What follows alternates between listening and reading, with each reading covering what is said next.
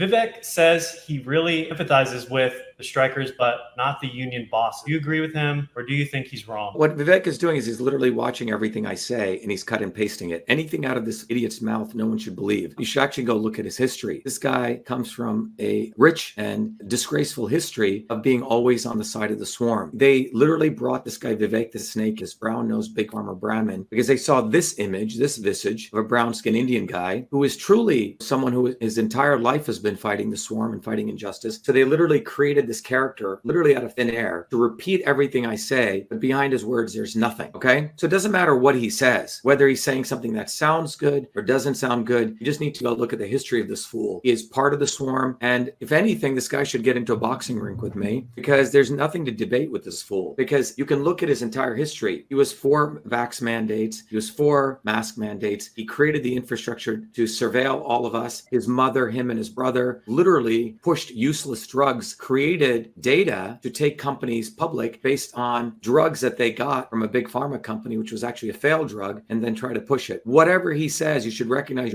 you're seeing a used car salesman. Anything out of his mouth, forget what he says. It doesn't matter what he says. Look at his actions. This guy's a complete disgraceful car salesman. That's all he is. And he was created to attempt to put in the front of the American people another brown face, talking anti-establishment rhetoric, but being fully part of the Yale Harvard establishment. That's who he is. This has been the policy I've talked about for nearly 40 years of my life. You can go look back at the speeches I gave back in 1984 about this. Okay. I organized the ground workers at the MIT Food Service Union to get a fair wage when their own union was selling them out. It's very important to understand. It's what we did on the ground. So this is nothing, some epiphany. Okay. You have to be a moron if you don't see this. Everyone knows about this. The issue is, what did you do? Have you actually been on the ground mobilizing working people to create a movement by the people for the people? That's what our movement is for Truth, Freedom, Health. It is actually a global union of workers of all different backgrounds who are learning system science to shatter the swarm. So the bottom line is that starting in the 1950s to the 1970s, all of the unions were taken over by Brahmins like Vivek, okay? Like Brahmins like the Kennedys, like Brahmins like the union bosses. In fact, he's part of the problem, all right? So yeah, this obvious issue is, what did you do, okay? What did you do actually on the ground? Let's talk more action. I love it. The action is the only thing. And when are you talking about this? Were you talking about this in 1980s? Were you talking about this in the 1990s? Did you do anything